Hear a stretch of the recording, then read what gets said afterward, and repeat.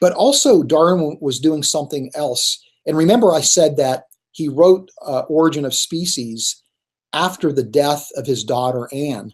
Well, Darwin, even though he was trained as a clergyman, gradually lost his faith.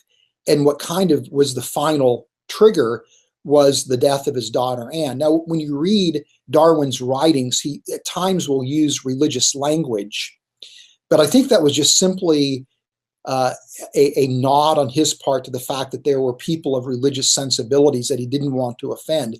But I think I actually believe that in his heart of hearts, Darwin had become an atheist. And so for him, he couldn't imagine how God could allow there to be pain and suffering in the world, how the world looks to be so cruel. And so for him, the theory of evolution, where that mechanism supplanted the creator, was his solution to the problem of evil. And I meet, so many people that are atheists today, and their complaint is that how could there be a creator if there's so much pain and suffering in the world? I think that's so helpful because as I remember in class one time in undergrad, I was going back and forth with my professor, and there was a kind of an outburst of why did God allow, I think, my daughter to have Down syndrome. And so the response, while the conversation had been a lot of kind of logic and philosophy, when it got down to the core, it was a kind of an emotional issue at the root of it, and it was kind of masked by philosophical ideologies.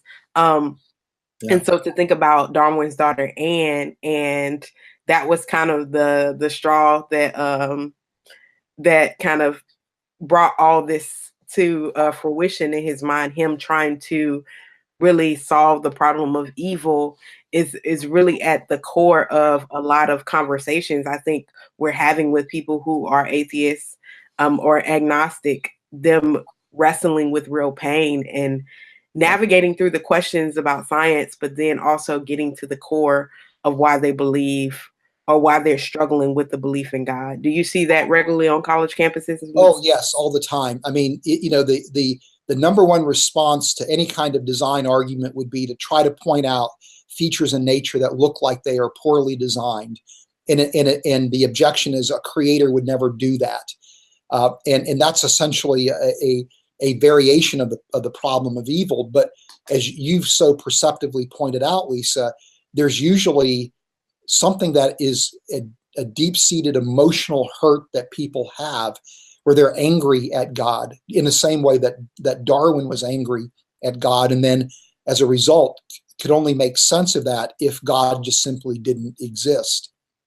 And so, the interesting thing is, when we talk about the use of science as a way to build a bridge to the gospel, or use of science to defend the truth claims of the Christian faith, many of the arguments that we would make are ultimately philosophical arguments. And many of the objections to the arguments are ultimately philosophical and theological objections. And so for people that are a little intimidated by using science in apologetics and Christian apologetics, the thing to keep in mind is that science just is the veneer. What really is going on at the end of the day are theological and philosophical discussions. And so when people realize that, then I think they're much better able to appropriately use science without being intimidated by all the scientific jargon. If you just understand the scientific concepts and how they feed into the philosophical arguments, you can go a long way to using science to make a case for a creator. But then when you realize it all boils down at the end of the day to the problem of evil, that you have to be equipped philosophically, theologically, and biblically to answer that question.